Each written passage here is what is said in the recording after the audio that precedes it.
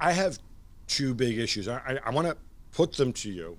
One is Sarri was not a logical appointment in the summer because leave Chelsea to one side, but when he did his best work in Napoli, he played very attacking football. He had a very dynamic team.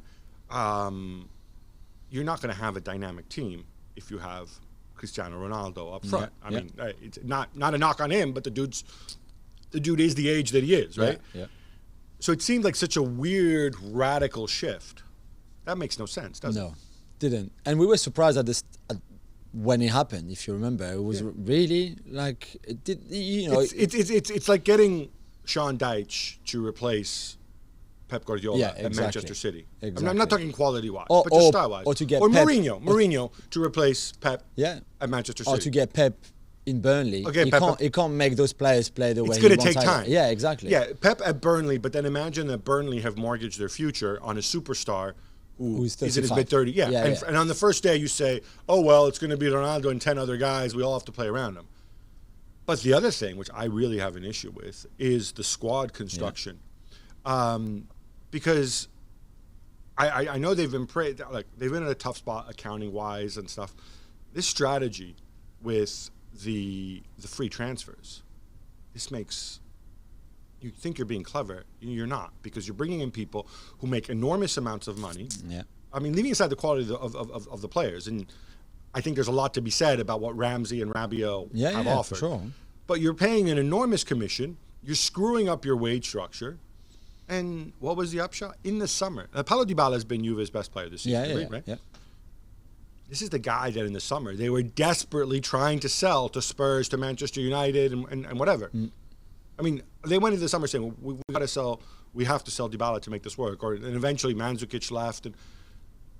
And the other thing that they really need to think about, Cristiano, the narrative was Cristiano's the last piece of the puzzle to win the Champions League, so they got him a year with Allegri, right? Well, there was a last piece of the puzzle before him, and that was Gonzalo Higuain. Now, Gonzalo Higuain, at the time, given the amount of money they spent on him, 90 million euros. Overpaid, in light of his age and his wages, that became a gigantic burden, which is why you had the loans and everything. I think they need to seriously review how Nedved and Paratici how much do business. Is Beppe Marotta leaving the club has left a hole that was always going to be hard to fill, I guess, and that they've left with, as you said, people in charge who either didn't have the same luck as he did at times, or the same knowledge, or... See, So the narrative that people put out there is that Marotta left the club, that he didn't agree with the Cristiano Ronaldo signing, and blah, blah, blah, and, he was the grown-up in the room. I don't think that that's necessarily fair to just say, Marotta good, Paratici bad, or Nedved bad, because some of these other, signings on Emre Can and what, that was under his watch, right? Higuain was on Marotta's watch. Yes, that's true.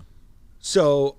But it seems that it's gone worse since he left the club, though. It certainly does. And you look at the young players. Juventus are the only team in Italy that have a B team, right? An under-23 squad that plays in Lega Pro in the third tier. They said, this is necessary. We're going to develop players, blah, blah, blah. Those dudes, they never contribute to the first team. You never see them. Yeah, right? Even before that, they don't. They bring. I think. I could be wrong, and Juve fans, please correct me for my ignorance. But to find the last homegrown Juve player who really made an impact, you probably have to go all the way back to Claudio Marchisio. Yeah. They've had a lot of people who've come through. Moise Kean. Moved on. Moise Kean, but obviously left. And I'm not sure if you huge can impact count that guy made, right? Yeah. I mean, but who potentially could have been, right? Yeah. Now, as it happens, it was probably the right decision to let him go because he hasn't exactly pulled up trees at Everton either. True. So I think it's a difficult one, and here's your question. Juve are going to win the title. Right, let's take that as a given. Do you keep or sack Sarri based on the Champions League? Or do you just say, you know what, Champions League, single leg knockout, screw this, whatever happens, I either commit to you or I don't commit to you now? I think you give him another season, and in the summer you really listen to him on what he wants and what his needs be. even if it's Jorginho, I don't care, but you go and say, okay, if we give you one more season and one more chance, 1 or 2 seasons, you have to fully go for it. And so you have to get the players that he wants, that he feels can play in his system and in the way you want him to play, or you sack him. What if he tells you... You can't do another one where you're half and half. So you appoint him, and then you don't really sign the players that he kind of need and the profile that suits his style of play. You see what I mean? What if you tell him, what if, here, I think this is the terrifying part. What if he comes back to you and he says, well, you know what? You know, Jules Nedved, I'm a banker. I know, I used to work in a bank. I know numbers. Between wages and amortization, we're spending 60, 70, 80 million, whatever it is, on Cristiano. I would rather, every season, I would rather have that money to spend on different players. Then what do? It's a tough one. That's a tough one.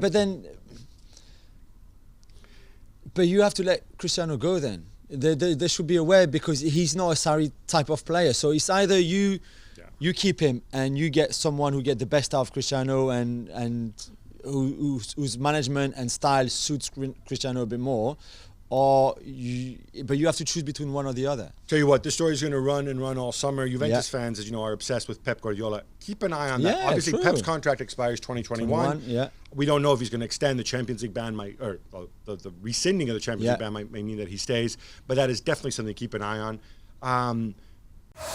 Well, thank you very much for watching ESPN on YouTube. For more sports highlights and analysis, be sure to download the ESPN app. And for live streaming, premium content, and let's not forget as well, ESPN FC 7 days a week. Subscribe to ESPN Plus.